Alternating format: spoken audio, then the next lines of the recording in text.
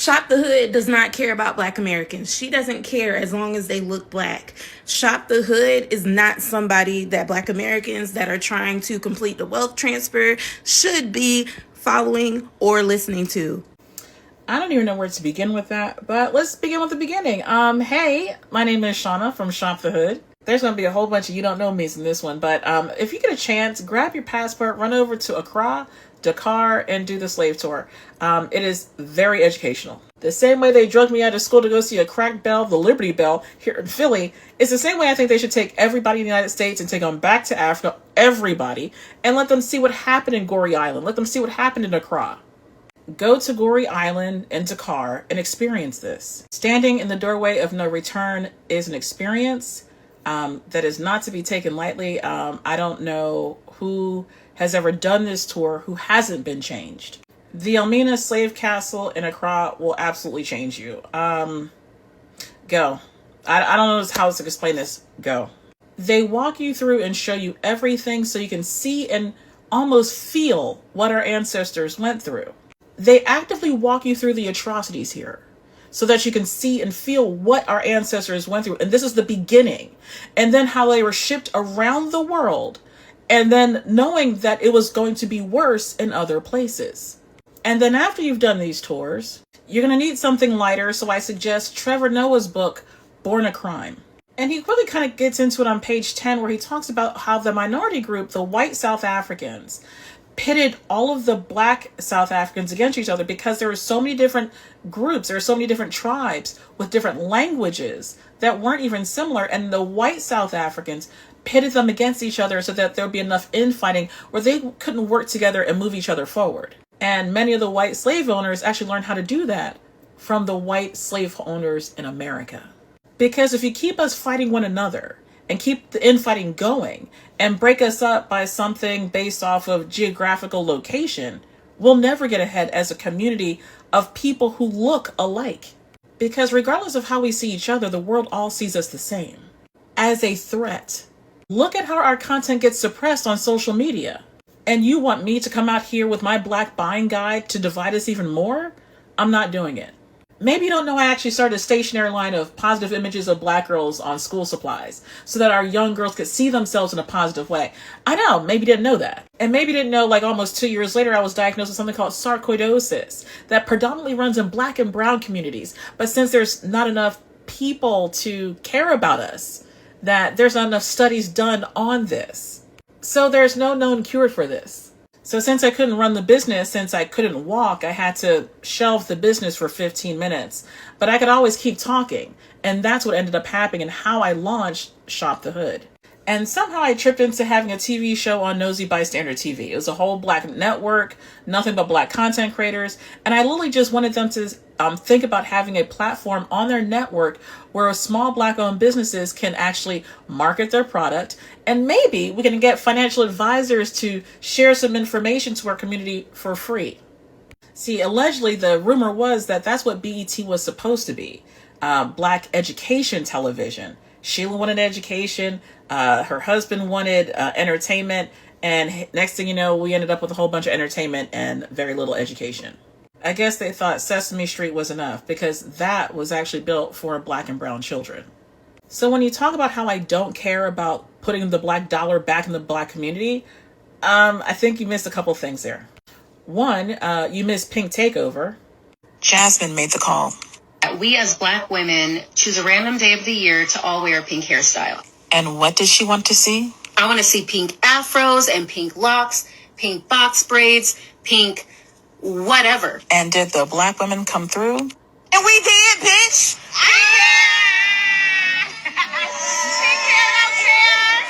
I do my hair talk. Check my nails. Baby, how you feeling?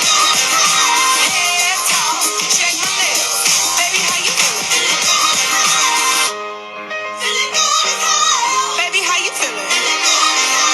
Ooh, girl, need to kick off your shoes. Gotta take a deep breath. Time to focus on you.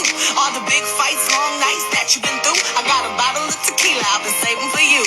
Boss up and change your life. You can have it all, no sacrifice. I know we did you wrong, we can make it right. So go and let it all hang out tonight. Cause we don't love you anymore.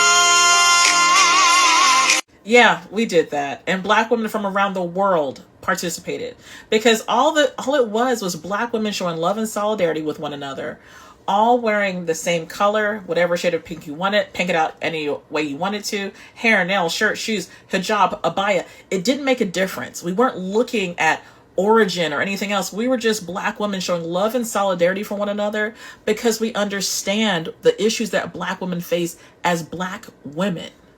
And then Kat came in and set it all on fire. If we found only Black owned coloring, hair color waxes, color chalk, all that, if we found only Black companies to support with our pink hair.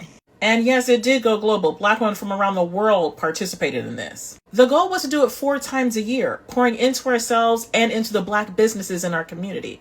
That's how the Black Buying Guide got started. And it wasn't just about shopping with Black-owned businesses and showing love and solidarity to each other. We also started bringing in people who could share financial acumen, so we could share that level of information with our community. So at all times, I'm not like, girl, you didn't think I was about that life. Life insurance, health insurance, trust, all for free. I guess you missed it when Hair World called the cops on me. You know, those allegations of discriminatory practices against a Black-owned beauty supply store. I am more interested in divesting out of these large corporations and investing in the communities that serve me best, that look like me.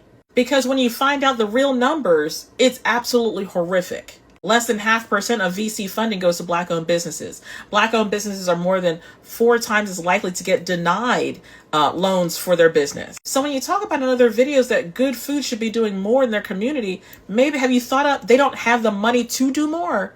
A lot of these small businesses are absolutely struggling because more people are not shopping with them.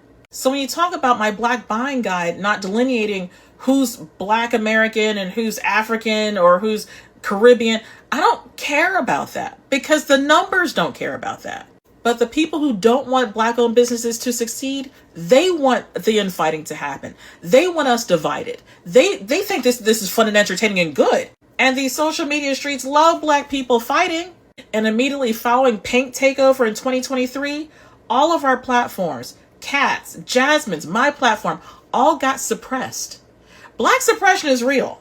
And yes, I absolutely did say that I don't care about boycotts anymore, because there's always somebody out there who wants to undermine the boycott or call an end to a boycott that they didn't even start. And my priority is to put my Black dollar into another Black hand. So this morning on Juneteenth, I sat and had breakfast in front of a painting from a Black-owned business, eating pancakes from a Black-owned business, with syrup from a Black-owned business, on a plate from a Black-owned business, drinking my tea from a Black-owned business out of a cup from a Black-owned business. And I sit here in this chair from a Black-owned business, in front of a wall that's painted with paint from a Black-owned business, in front of artwork from a Black-owned business, wearing earrings from a Black-owned business, and every stitch of makeup that I own comes from a Black-owned business. All my hair care products come from Black-owned businesses. I can't divide us up any more than we're already divided. My platform is also about protecting the Black dollar, because these scam artists are all the way out here stealing content from Black women and Black-owned businesses, hoping to scam more Black women in our community. Because this ad from Queenish stole this entire video from Miss King Couture. They don't care who or where we are in the Black community. They just want the Black dollar. This is why I talk about scams on social media and people stealing from the Black community, because they're going after our money. This is a $2.1 billion a year industry, scams on social media. And they want us to keep fighting so that we don't talk about them. Breaking us apart is what started in Africa, but it wasn't by us. Keeping us apart and infighting is what they specialized in. And they learned most of this in the Americas. But if you get a chance, watch the full documentary of what they did to the people in the islands, which wasn't that far from what they did to us here in the States. You celebrated Juneteenth with Malibu. It's an $18 billion business owned by this guy. But if you're ever interested in supporting a Black-owned business, instead of Mark over here, I can help a sister out. Do you need a Black-owned liquor store that ships? Happy Cork. And since you like wearing African prints, I know a lot of Black-owned businesses that you can go shopping with. I'm just saying, keeping that Black dollar in the Black community.